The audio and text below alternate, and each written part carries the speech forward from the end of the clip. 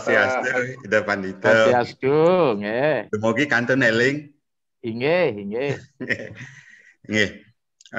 Puniki Ida Pandita wau sampun makeh pisan mabaos mapica baos ini pawiwahan.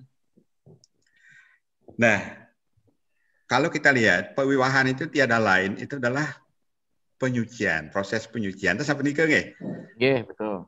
Nah, kemudian tujuan dari penyucian itu wau sampun tersampaikan sedikit dalam rangka memberikan peluang para leluhur untuk dumadi menjadi putra, kelahiran yang suputra. Terus apa nikah? Nah, kalau demikian, seolah-olah sang Atmoluwih niki lahirnya selalu melalui hubungan kekerabatan. Padahal kita banyak juga melihat bahwa kelahiran itu bisa saja kemana-mana. Tidak harus ke yang ada hubungannya kekerabatan. Nah, kalau di Bali memang seperti itu. Wenten upakara mapluasan. Nika yang pertama, sepun api sebenarnya niki. Nah, yang kedua, niki wenten kasus ada seorang anak yang dipungut oleh keluarga karena tidak punya keturunan. Terus akhirnya mau peluasan niki secara Bali, karena niki keluarga Bali itu yang nikah. Dalam proses peluasan nikah tidak ketemu siapa yang lahir ini sebenarnya. Berkali-kali cari tempat pindah mau peluasan, enggak juga ketemu, gelap. Nah, kenapa sebenarnya proses reinkarnasi ini? Karena si anak ini sudah diadopsi, tapi masalah keyakinan, rasa niki yang mengadopsi tak ingin juga bahwa ini adalah lahir dari leluhur dan lain sebagainya. Nunas baos gede ide Pandita Durosang. Oke, terima kasih ya. Memang perkawinan mulia hanya seolah hadir melalui proses kekerabatan ya. Jadi kalau gini apa DNA-nya yang turun dalam teori. Kalau tidak memiliki kesamaan DNA tidak akan turun gitu ya. Nah, dalam teori teori hipnotis gitu katanya. Dia bisa masuk ke DNA yang sempat bicara, tapi kita di Hindu dengan teori reinkarnasi. Benar sekali, ada perlakuan yang bersifat general, ada yang perlakuan bersifat khusus. Roh-roh Mahatma ya, yang akan lahir, memang alangkah baiknya harus memilih lahan yang baik untuk berkembang. Karena dia butuh perawatan untuk bisa menjadi mulia, agung. Yeah. Tapi kita ketahui bersama, kita kenal ya, Prahlada ya, anak Hiranyakasipu, dia lahir dari segenetik seorang raksasa yang bengis. Bagaimana seperti ini? Nah, tentu ini terjadi penyimpangan. Ya. Bahkan beberapa sulinggi-sulinggi kita yang mahamuni jadinya, itu lahir dari anak pelacur. Anak pelacur. Artinya, tapi ketika dia jadi anak pelacur kan bukan dia punya kualifikasi setelah dia melakukan proses transformasi diri, Pak Agung. Iya, betul. Kan tidak serta-merta dia langsung begitu anak pelacur langsung hidupnya mulia, tidak, transformasi diri. Kita masih ingat di Chandogya Upanishad, seorang sisya yang menghadap kepada seorang resi Swetaketu, kalau nggak salah ya, apa resi Udalaka, saya lupa nama resinya. Kemudian ketika seorang guru akan mengidentifikasi identitas murid, ditanya, siapa sebenarnya ayahmu? Dari keluarga mana engkau? Dia tidak bisa memberi jawaban. Maka dia pulang, ya, kemudian dia bertanya sama ibu, ibunya pun tidak bisa menjelaskan siapa sebenarnya ayahnya. Karena sang ibu memang dalam hidupnya loyal dalam seksual. Entah laki-laki siapa yang menjadikan benih ini bisa berisi dalam perut ibu. Itulah kamu, nak, ibu harus jujur. Maka dengan itu pula dia sampaikan pada guru, maka saat itulah sang ibu bernama Jabala, tapi karena dia jujur, dia dengan tekun mengubah dirinya Satya Kama Jabala. Yeah. Maka dengan demikian, ikhtiar karma itu juga menjadi sangat penting selain DNA benih yang diturunkan. Demikian Pak Agung ya. Yeah. Ikhtiar yang terpenting ya. Karena terus terang, mohon maaf ini Pak Agung, ya, apakah orang kelahiran dari, mohon maaf ini Pak Agung jelas dari Puri, dalam teori Berah, mohon maaf, teori Berah saya pernah baca, lupa bukunya, bahwa sesungguhnya ayam muruknya anak Gajah Mada itu, hubungan affair-nya dengan Tribuana Tunggadewi, demikian dikatakan, saya pernah baca, lupa buku mana itu. Dan mungkin itu terjadi oleh para juru kurung dan sebagainya. Ya, karena banyak rabi dan sebagainya, mohon maaf. Makanya perlu tes DNA sebenarnya, apa benar itu anak daripada, mohon maaf. Maka dengan demikian, saya katakan setiap orang punya peluang untuk menjadi orang mulia, Pak. Ya, setiap orang juga punya peluang jadi orang yang tidak mulia sekaligus, walaupun dia kelahiran mulia. Maka apa yang dikatakan ketika Yudhistira ditanya oleh Raja Nahusa yang kemudian menjadi yaksa dalam bentuk yaksa Parwa dalam kisah Wana Parwa. Siapa sih sebenarnya sulingnya gitu? Nah, Yonir, tidak semata-mata karena kelahiran. Ya. Nah, Serutam, tidak semata-mata karena belajar Weda. Naca Santati, tidak semata-mata karena duduk di lembaga keagamaan dia seorang Dwi Jati. Nah, Samskara tidak semata-mata karena ritual. Tapi yang menentukan karanani Dwi Jataswa Wretam Ewa Tukaranam karena perbuatannya. Maka salah satu saya mengatakan Riastu Pusira Sudrayoni yang sira akarmo suwa Brahmana, Brahmana juga ya. Ya nana Brahmana. Akarma Sudrayoni Sudra Pusira. Maka di daerah Pak Agung, kita temukan varian ya Pak Agung. Kita mengenal catur warna sebenarnya di Hindu secara garis besar. Tapi ada warna lagi satu melecer. Maka di situ ada variasi genetik. Brahmana ning Brahmana, Tugu Brahmana. Varian kedua, Brahmana ning Kesatria. Dia lahir di keluarga Brahmana, tapi karakternya Kesatria. Kesatria. Akhirnya dia menjadi tim sukses, kemudian pendamping raja, ikut berpolitik. Sehingga daya upaya Naya Sandi juga digelar. Mungkin kita ingat pada Chanakyaniti, Kautilya. Dia seorang apa? Dia seorang Brahmana kesatria yang mendampingi Raja Asoka itu, Bindusara.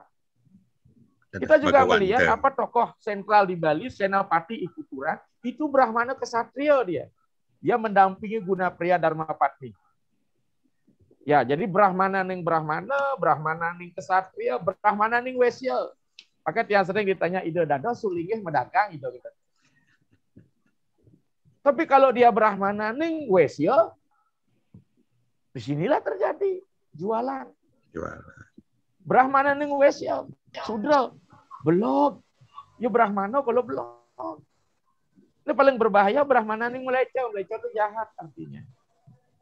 Ya, dia dengan kebrahmanan, maka kita dari dulu sudah mengenal apa yang disebut dengan cangak mekedu, Pak Agung. Iya, betul. Oke. Cangak mekedu. Selanjutnya sekarang ini, apa lagi? Broiler lagi mekedu, Pak Agung. Kalau ayam broiler mekedu itu apa artinya? Instanisasi di wilayah Diksa. Belum apa-apa, baru kemarin keluar dari kafe, sekarang udah disulinya. Mohon maaf, Pak Agung. Demikian juga ada kesaktian yang Brahmana. Dia kesatria tapi memiliki jiwa seperti kependetaan. Dan tiang sendiri kemarin Pak Silas dalam mungkin belum PPKM nih. Dia mengikuti perjalanan spiritual mulai yang dari Pengastulan, kemudian dia masuk ke Samuan Tiga, yang ke Pura Gua Garbo, di Pura Pengukur-ukuran. Di situ banyak sekali tapeswi antara tukang petanu dengan tukang pekerisa. Itu banyak sekali ceruk-ceruk pertapaan. Artinya sang raja dulu memang memberikan modalitas berkembangnya para spiritual untuk biasa jaga. Ini raja yang memang kebrahmanan, satrian yang brahmana. Ada kesatrian yang kesatria, Ada kesatian yang wesya, ada kesatian yang sudra. Ya, ada kesatian yang meleceh itu jahat. Wesya pun demikian. Maka dengan demikian, dalam hal ini ya, kita tidak bisa ya seperti Parasara misalnya. Siapa Parasara? Rsi Wasista ini ke putra siapa? Bahkan dikatakan sebagai anak pelacur dan sebagainya. Ya. Bahkan juga termasuk Rsi Wyasa, Maharsi kita lahir dari seorang wanita amis. Raja Matsyapati punya anak bernama Dewi Satyawati yang disebut Sayojana Gandhi. Sayojana Gandhi bau amisnya. Kemudian akhirnya di virgin kembali setelah lahir Wyasa, kemudian dinikahi kembali oleh Sang Ranu. Apa artinya ini sebenarnya? Ya, nah, jadi dengan demikian tentang perkawinan itu penyimpangan saya katakan ya, penyimpangan ya. Sama dengan seorang Gajah Mada. Siapa Gajah Mada sebenarnya sehingga menjadi seorang yang hebat? Dia kan tidak lahir dari keluarga ksatria. Siapa Ken Arok itu misalnya. Walaupun sekarang banyak yang ngaku putra yang memang dibuang oleh itu kan bahagia. Sama dengan Untung Surapati zaman kita. Nah, jadi dengan demikian bisa saja Atman roh melakukan lompatan tidak lazim di wilayah zona aman dan nyaman gitu loh Pak. Dia akan masuk ke sono yang lain. Itu apa? Mungkin saja ingin membenahi keluarga dia menjadi resistensi keluarga. Dia harus keluar dulu. Karena bagaimanapun pemilik modal yang termapankan terlalu lama, rasa ego akan terus menambah Pak Agung. Nah, kebrahmanaan yang terlalu lama akan tetap kami turun-temurun. Maka saya katakan harus lahir orang-orang marginal yang menggunakan teologi sosial. Tokoh-tokoh di situ, tokoh panutan pasti lahir dari teologi sosial dulu. Nanti ketika teologi sosialnya hebat, mapan lagi, dia menjadi kapitalis itu memang seperti itu dalam konsep teori sosial. Ya. Siapapun yang termapankan akan menjadi kapitalis, memang begitu. Di negara sosialis pun kapitalis ada pada pemimpinnya, tapi sosial pada rakyat diajak jadi kaum proletar. Maaf ya Pak Agung kalau teori itu. Agama pun masuk wilayah itu. Demikian ya. Terus bagaimana dengan memperluas gitu? Ya, kalau kita bicara masalah memperluas kan sudah tidak ada lagi di dunia keilmuan gitu Pak Agung. Ya, itu namanya agama emi dalam bahasa kami dalam filsafat. Agama emi itulah agama konvensional kesepakatan masyarakat. Memang dalam peluasan itu dia lebih penting sebagai pandir yang membawa pelipur lara gitu Pak.